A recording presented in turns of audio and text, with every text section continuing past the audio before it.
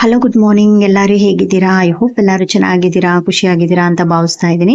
ಬನ್ನಿ, ಇವತ್ತು ಸಂಡೇ, ಈ ಮನೆಯಲ್ಲಿ ಲಾಸ್ಟ್ ವ್ಲಾಗ್. ಐ ಹೋಪ್ ನಿಮಗೂ ಕೂಡ ಇಷ್ಟ ಆಗ್ಬೋದು. ಸೊ ಮನೆ ಖಾಲಿ ಮಾಡಿದ್ದೀನಿ ಅಂತ ಹೇಳ್ತಿದ್ರಲ್ಲ, ಮತ್ತೆ ಈ ಮನೆಯಲ್ಲಿ ವಿಡಿಯೋ ಮಾಡ್ತಾ ಇದ್ದೀರಾ ಅಂತ ಅನ್ಕೊಳ್ಬೋದು.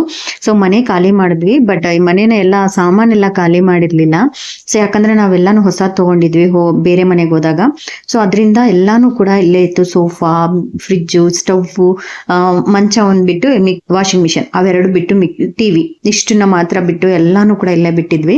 ಸೊ ಕೆಲವೊಂದು ಪಾತ್ರೆ ಸಾಮಾನೆಲ್ಲ ತಗೊಂಡೋಗಿದ್ದೆ. ಈ ಕಿಚನ್ ಒಂಥರ ಎಮೋಷನಲ್ ನನಗೆ, ನಿಜವಾಗ್ಲೂ ಹೇಳ್ಬೇಕು ಅಂತಂದ್ರೆ. ಸೊ ಎಷ್ಟೊಂದು ವಿಡಿಯೋಸ್ ಮಾಡಿದ್ದೀನಿ ಈ ಕಿಚನ್ ಅಲ್ಲಿ. ನನ್ನ ಹಳೆ ಚಾನಲ್ ಅಲ್ಲಿ ಸಬ್ಸ್ಕ್ರೈಬರ್ಸ್ ಇದ್ದವ್ರು ನಿಮ್ಗೆ ಏನಾದ್ರು ನೆನಪಿದ್ದು ನೋಡಿದ್ರೆ, ಬಾನು ಲೈಫ್ ಸ್ಟೈಲ್ ವ್ಲಾಗ್ ಅಂತ ಇತ್ತು.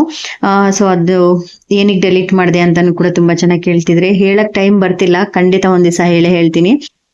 ಸೊ ಅದಾದ್ಮೇಲೆ ಇವತ್ತು ಮನೆ ಶಿಫ್ಟ್ ಮಾಡೋಣ ಅಂತ ಬಂದಿದ್ವಿ. ಸುಮ್ನೆ ಯಾಕೆ ಬಾಡಿಗೆ ಕಟ್ಟೋದು ಅನ್ನೋ ರೀಸನ್ ಇಂದ ಸೊ ಸುಮ್ನೆ ಖಾಲಿ ಮಾಡ್ಬಿಡೋಣ ಅಂತ ಅನ್ಬಿಟ್ಟು ಖಾಲಿ ಮಾಡೋಣ ಅಂತ ಬಂದ್ವಿ. ವಚ್ಚುಗೆ 2 ದಿವಸ ರಜಾ ಕೊಟ್ಟಿದ್ರಲ್ಲ, ಸೊ ಇದೊಂಥರ ಎಮೋಷನ್, ತುಂಬಾ ಭಾರ ಆಗ್ತಿದೆ ಮನ್ಸು. ಏನೂ ಮಾಡಕ್ಕಾಗಲ್ಲ.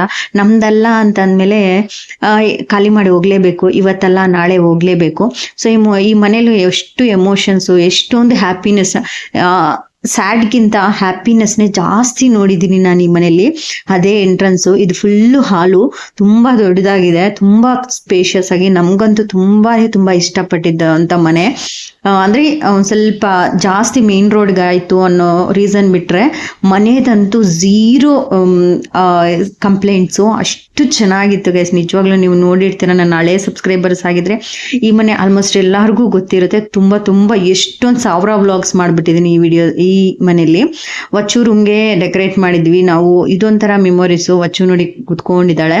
ಸೊ ಸೋಫಾ ಅವೆಲ್ಲ ಇಲ್ಲೇ ಬಿಟ್ಟಿದ್ವಿ, ಯಾಕಂದ್ರೆ ಇಲಿ ತುಂಬಾ ಇದ್ವು. ಇಲಿ ಕಚ್ಬಿಟ್ಟಿದ್ವಿ ಸೋಫಾ ಎಲ್ಲ, ಎಷ್ಟೊಂದು ವೇಸ್ಟ್ ಮಾಡ್ಬಿಟ್ಟಿದ್ವು.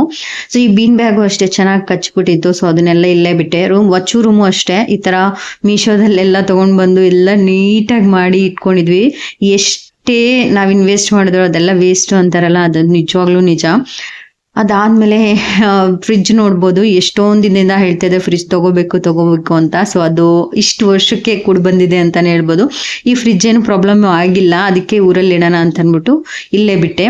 ಸ್ಟವ್ ಅಷ್ಟೇ, ಸ್ಟವ್ ನಂತೂ 10 years ಇಂದ ಯೂಸ್ ಮಾಡ್ತಾ ಇದ್ದೀನಿ. ಸ್ವಲ್ಪ ನಾನು ಅಷ್ಟೊಂದು ಮೇಂಟೈನ್ ಮಾಡಿಲ್ಲ, ಅದಕ್ಕೆ ಹಿಂಗಾಗಿದೆ. ಅಷ್ಟು ಬಿಟ್ರೆ ಸೂಪರ್ ಆಗಿದೆ. ಈಗಲೂ ಚೆನ್ನಾಗಿ ಉರಿಯುತ್ತೆ. ಅಡ್ವಂತ ಅಂತ ಅನ್ಬಿಟ್ಟು ಹೋಮ್ ಶಾಪ್ 18 ಅಂತ ಆನ್ಲೈನಲ್ಲಿ, ಆಗಿನ ಕಾಲದಲ್ಲೇ ಆನ್ಲೈನಲ್ಲಿ ಟಿವಿಲಿ ಬರ್ತಿತ್ತಲ್ಲ, ಅದನ್ನ ನೋಡಿ ತಗೊಂಡೆ. ಒಂಥರ 2 ಫುಲ್ ಆಯ್ತು. ಇವಾಗ ಹೊಸಾದ್ ಬಂತು ಮನೆಗೆ. ಇದಾದ್ಮೇಲೆ ನೆಕ್ಸ್ಟ್ ಡೇ ಸಾಮಾನೆಲ್ಲ ತಗೊಂಡದಾದ್ಮೇಲೆ ನನಗೆ ತುಂಬಾನೇ ಸುಸ್ತಾಗ್ತಾ ಇತ್ತು. ಒಂಥರ ಎಮೋಷನ್, ಏನೋ ಒಂಥರ ಮನ್ಸಲ್ಲಿ ಗೊತ್ತಿಲ್ಲ ಅಂತ ಭಾರ ಆಗ್ತಿತ್ತು. ಅದನ್ನ ಹೇಳಕ್ಕಾಗಲ್ಲ. ಕೆಲವೊಂದ್ ಮನೆ ಹಂಗೆ ಒಂಥರ ಬಿಟ್ಕೊಡಕ್ಕಾಗಲ್ಲ, ನಮ್ದಲ್ಲ ಅಂತ ಬಿಟ್ಕೊಡ್ಲೇಬೇಕಾಗುತ್ತೆ. ಸೊ ನಾವು ಮತ್ತೆ ಅದನ್ನ ಕೆಲವೊಂದು ಯೂಸ್ಫುಲ್ ಸಾಮಾನೆಲ್ಲ ತಗೊಂಡು ಕಿಚನ್ ಒಂದ್ ಸ್ವಲ್ಪ ಇಲ್ಲೂ ಕೂಡ ನೀಟಾಗಿ ಇಟ್ಕೊಳ್ಳೋಣ ಅನ್ಬಿಟ್ಟು ಅದೆಲ್ಲ ನಾನು ತಗೊಂಡಿಲ್ಲ. ಮೀಶೋದಲ್ಲಿ ತಗೊಂಡಿದ್ದೆಲ್ಲ ನಂಗೆ ಇಷ್ಟನೇ ಆಗ್ತಿಲ್ಲ ಈಗ. ಸೊ ಅದನ್ನೆಲ್ಲ ಬಿಟ್ಬಿಟ್ಟೆ. ನಾನು ಜಾಸ್ತಿ ಗ್ಲಾಸು ಮತ್ತೆ ಸ್ಟೀಲ್ ಯೂಸ್ ಮಾಡಿದ್ರಿಂದ ನೀವೆಲ್ಲ ಬಿಟ್ಬಿಟ್ಟಿದ್ದೀನಿ. ಅಂದ್ರೆ ನಮ್ಮ ಅತ್ತೆಗೆ ಸ್ವಲ್ಪ ಕನ್ವೀನಿಯಂಟ್ ಆಗಿರುತ್ತೆ ಅಂತ ಅನ್ಬಿಟ್ಟು ಇದಕ್ಕೆಲ್ಲಾನು ಕೂಡ ಉದ್ದಿನಬೇಳೆ, ಸಾಸಿವೆ, ಜೀರಿಗೆ ಎಲ್ಲಾನು ಕೂಡ ಒಂದೇ ಕಡೆ ಸಿಗುತ್ತಲ್ವಾ. ಏನೋ 12 ಏನೋ ಇರುತ್ತೆ ಇದರಲ್ಲಿ. ಸೊ ಈ ತರ ಇಟ್ಕೊಳ್ಳೋಣ ಅಂತ ಅನ್ಬಿಟ್ಟು ಇದರಲ್ಲಿ ಅಜ್ಜಿ ಮೊಮ್ಮಗಳು ಇಬ್ರು ಸೇರ್ಕೊಂಡು ಬೆಳಗ್ಗೆನೆ ಕಾಫಿ ಕುಡ್ದು ಟೀ ಕುಡ್ದು ಈ ಕೆಲಸ ಮಾಡ್ತಾ ಇದ್ರು. ನಾನು ಚಿಕನ್ ತರಿಸಿದ್ದೆ. ನಮ್ಮತ್ತೆ ನಾವಿಲ್ಲ ಅಂದ್ರೆ ಚಿಕನ್ನು ಅವೆಲ್ಲ ಏನು ತರ್ಸ್ಕೊಂಡ್ ತಿನ್ನಲ್ಲ ಅಲ್ವಾ. ಸೊ ಇವಾಗ ಗಂಗಾವ್ರು ಬೇರೆ ಇರ್ಲಿಲ್ಲ. ಸೊ ನಾನೇ ತರಿಸೆ, ಹುಡುಗರ ಹತ್ರ ತರಿಸಿ ಇವತ್ತು ಬಿರಿಯಾನಿ ಮಾಡ್ಬಿಟ್ಟು ಚಾಪ್ಸ್ ಮಾಡ್ಬಿಟ್ಟು ತಿನ್ಬಿಟ್ಟು ಇನ್ನೇನ್ ಮತ್ತೆ ಹೋಗೋಣ ಮನೆಗೆ ಹೋಗೋಣ ಮನೆ ಕಡೆ ಅಂತ ಅನ್ಬಿಟ್ಟು. ಸೊ ಮತ್ತೆ ತುಂಬಾ ಒಂಥರ ಎಮೋಷನಲ್. ಆ ಮನೆ ಹೇಳಕ್ಕಾಗಲ್ಲ ಯಾವ ತರ ಅಂತ ಅನ್ಬಿಟ್ಟು ಒಂಥರ ಜಾಸ್ತಿ ಖುಷಿ. ನಾನು ಅವಾಗ್ಲೇ ಹೇಳ್ದಾಗೆ ಜಾಸ್ತಿ ಈಗ ಕೆಲವೊಂದು ಮನೆಗಳಲ್ಲಿ ಬರೀ ಅಳ್ತಾನೆ ಇರ್ತೀವಿ, ಏನೋ ಒಂಥರ ಬೇಜಾರು, ಏನೋ ಒಂಥರ ಸಂಟ ಇದ್ದೇ ಇರ್ತ. ನನಗೆ ಇದು ಮಧುಗಿರಿಗೆ ಹೋದ್ಮೇಲೆ 3 ಮನೆ, ಇದು 3ನೇ ಮನೆ ಅಷ್ಟೇ. ಜಾಸ್ತಿ ಮನೆನೂ ನಾವು ಶಿಫ್ಟ್ ಮಾಡಲ್ಲ. ನಾವೆಲ್ಲಾದ್ರೂ ಹೋದ್ರೆ ಅಲ್ಲೇ ಸ್ಟಿಕ್ ಆನ್ ಆಗ್ಬಿಡ್ತೀವಿ. ಜಾಸ್ತಿ ಬೇರೆ ಮನೆಗೆ ಹೋಗೋದು, 1 ವರ್ಷ ಬಿಟ್ಟು ಇನ್ನೊಂದು ವರ್ಷ ಹೋಗೋದು, ಆ ಥರ ಮಾಡೋದೇ ಇಲ್ಲ. ಸೊ ಇದು ಒಂಥರ ಇಮೋಷನಲ್ ಮನೆ.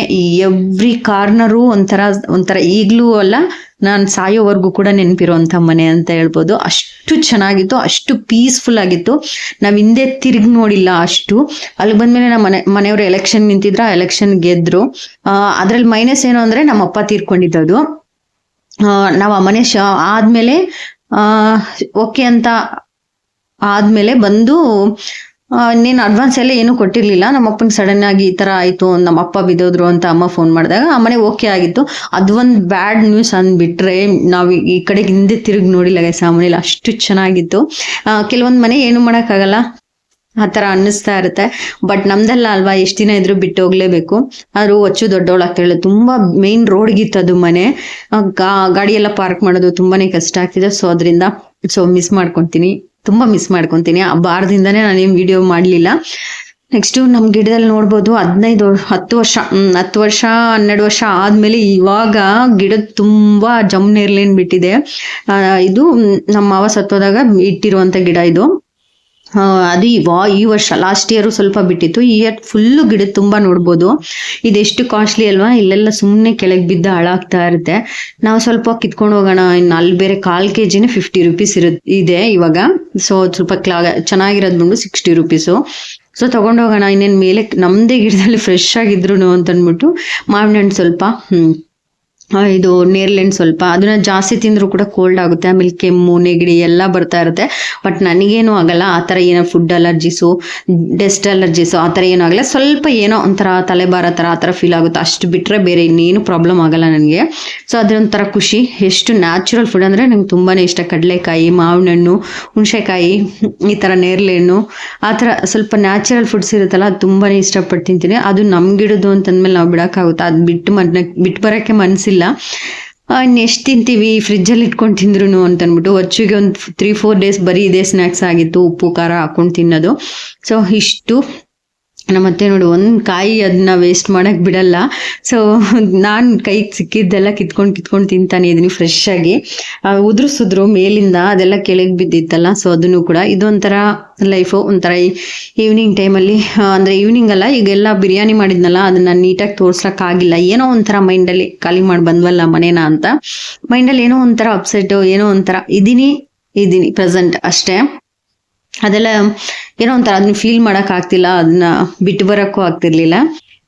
ಸರಿ ಅಂತ ಅಂದ್ಬಿಟ್ಟು ಇನ್ನೇನು ಒಂಥರ ಆಚೆನಾದ್ರೂ ಹೋದ್ರೆ ಒಂದು ಸ್ವಲ್ಪ ಪೀಸ್ ಒಂಥರ ಆರಾಮಾಗಿ ಅನ್ಸುತ್ತೆ ಅಂತ ಈ ಗಿಡದ ಹತ್ರ ಬಂದ್ವಿ. ಬಿರಿಯಾನಿ ಮಾಡ್ಬಿಟ್ಟು ತಿನ್ಬಿಟ್ಟು ಚೆನ್ನಾಗಿ ಹೊಟ್ಟೆ ತುಂಬಾ ತಿಂದು ಬಂದ್ವಿ. ಸೊ ಒಂದೊಂದು ಹಣ್ಣು ನೋಡ್ಬೋದು. ಇಷ್ಟು ಹಣ್ಣು ಎಷ್ಟು ಕಾಸ್ಟ್ಲಿ ಇರುತ್ತೆ ಅಲ್ವಾ. ಒಂದೊಂದು ಹಣ್ಣು ಒಂದು 7 ರೂಪೀಸ್ ಇರುತ್ತೆ ಅನ್ಕೊಳ್ಳಿ. ಅವ್ರು ಕೊಡೋದು ಅಷ್ಟು ಕಾಸ್ಟ್ಲಿ ಇರುತ್ತೆ. ಬಟ್ ವರ್ಷಕ್ಕೊಂದೇ ಸತಿ ಅಲ್ವಾ, ಇದನ್ನಂತೂ ತಿನ್ಲೇಬೇಕು. ಹಾರ್ಟ್ಗೆ ಒಳ್ಳೇದು, ಅದಕ್ಕೆ ಒಳ್ಳೇದು ಅಂತ ಹೇಳ್ತಾನೆ ಇರ್ತಾರೆ. ಸೊ ನಮ್ಗೆ ಫ್ರೀ ಆಗಿ ಇದೇನೋ ಅಡ್ವಾಂಟೇಜ್ ಅಂದ್ರೆ, ಅಲ್ಲೆಲ್ಲ ಒಂಥರ ನಾಲ್ಗೆ ಆಗಿರ್ಬೋದು, ಅದೆಲ್ಲ ಒಂದ್ ಸ್ವಲ್ಪ ಡಾರ್ಕ್ ಆಗಿ ಬ್ಲೂ ಕಲರ್ ಆಗುತ್ತಲ್ಲ, ಆ ತರ ಆಗಲ್ಲ. ಇದು ತುಂಬಾ ಚೆನ್ನಾಗಿರುತ್ತೆ ತಿಂದ್ರೆ. ಬಾಯಿ ಕೂಡ ಏನು ಒಂಥರ ಅನ್ಸಲ್ಲ. ಮಾಮೂಲಿ ನೇರ್ಲೆಣ್ಣು ತಿಂದ್ರೆ ಬಾಯಿ ಎಲ್ಲ ಬ್ಲೂ ಕಲರ್, ಅಂದ್ರೆ ನಾಲ್ಗೆ ಎಲ್ಲ ಬ್ಲೂ ಕಲರ್. ಇಷ್ಟೊಂದು ತಗೊಂಡ್ವಿ ನೋಡಿ 2 ಕವರ್ಗೆ. ಆಮೇಲೆ ಇಲ್ಲಿ ನೀರು ಬರ್ತಿರ್ಲಿಲ್ಲ, ಒಂದ್ ಸ್ವಲ್ಪ ನೋಡೋಣ ಅಂತ ನೋಡ್ತಾ ಇದ್ವಿ. ಮಾವಿನ ಹಣ್ಣು ಹಣ್ಣಾಗಿತ್ತು. ನಾವು ಆಲ್ರೆಡಿ ಹೋಗಿರ್ಲಿಲ್ಲ ಅಲ್ವಾ, ಒಂದು 15 ಡೇಸ್ ಹೋಗಿರ್ಲಿಲ್ಲ. ಅಷ್ಟ್ರಲ್ಲಿ ನಮ್ಮ ಮತ್ತೆ ಇನ್ನೆಷ್ಟು ಮಾವಿನ ಹಣ್ಣು ತಿಂತಾರೆ ಹೇಳಿ.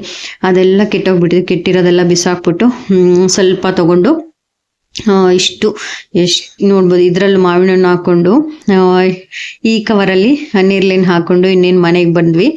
ಸೊ ಇನ್ನೇನು ಮನೆ ಕಡೆ ಹೋಗೋಣ ಅಂತ ಓಡ್ತಾ ಇದೀವಿ. ಸೊ ಇದಾಗಿತ್ತು ಗೈಸ್ ಇವತ್ತಿನ ವ್ಲಾಗು. ತುಂಬಾನೇ ಬೇಜಾರು, ಒಂಥರ ಖುಷಿ, ಎಲ್ಲಾನು ಮಿಕ್ಸ್ ಆಗಿರೋಂಥ ವ್ಲಾಗ್ ಅಂತಾನೆ ಹೇಳ್ಬೋದು. ಹೇಳಕ್ಕಾಗಲ್ಲ ಅದನ್ನ ಪದದಲ್ಲಿ. ಹೇಗೋ ನಡೀತಾ ಇತ್ತು, ತುಂಬಾ ಚೆನ್ನಾಗಿತ್ತು. ಓಕೆ, ಏನ್ ಹೇಳ್ಬೇಕು ಅಂತಾನು ಗೊತ್ತಾಗಲ್ಲ. ಕೆಲವೊಂದ್ಸತಿ ಏನು ಮಾಡಕ್ಕಾಗಲ್ಲ, ನಮ್ ಟೈಮ್ ಬಂದಾಗ ಹೊಡ್ಲೇಬೇಕು ಅಂತಾರಲ್ಲ, ಅದೇ ರೀತಿ. ಸೊ ಊಟ ಎಲ್ಲ ಮತ್ತೆ ಇನ್ನೊಂದ್ಸತಿ ಹೋಗಿ ನೇರ್ಲೆನ್ನೆಲ್ಲ ಕಿತ್ಕೊಂಡಿದ್ವಲ್ಲ, ಅದೆಲ್ಲ ಹೊಟ್ಟೆ ಎಲ್ಲ ಜೀರ್ಣ ಆಗಿತ್ತು ಸ್ವಲ್ಪ ಊಟ. ಮತ್ತೆ ಹೋಗಿ ಸ್ವಲ್ಪ ಹೊತ್ತು ಟೈಮ್ ಸ್ಪೆಂಡ್ ಮಾಡಿ ನಮ್ಮ ಅತ್ತೆ ಜೊತೆ ಹೋಗಿ ಊಟ ಮುಗಿಸಿ ಇನ್ನೇನು ಮನೆ ಕಡೆ ಹೋಗೋಣ ಅಂತ ಅಂದ್ಬಿಟ್ಟು ಹೋದ್ವಿ. ತುಂಬಾ ಚೆನ್ನಾಗಿತ್ತು, ಜಾಸ್ತಿ ಬಿಸಿಲು ಇರ್ಲಿಲ್ಲ, ಏನೋ ಒಂಥರ ಚೆನ್ನಾಗಿತ್ತು. ಅದಾದ್ಮೇಲೆ ವಚ್ಚುಗೆ ಇರುವೆ ಕಚ್ಬಿಟ್ಟಿತ್ತು.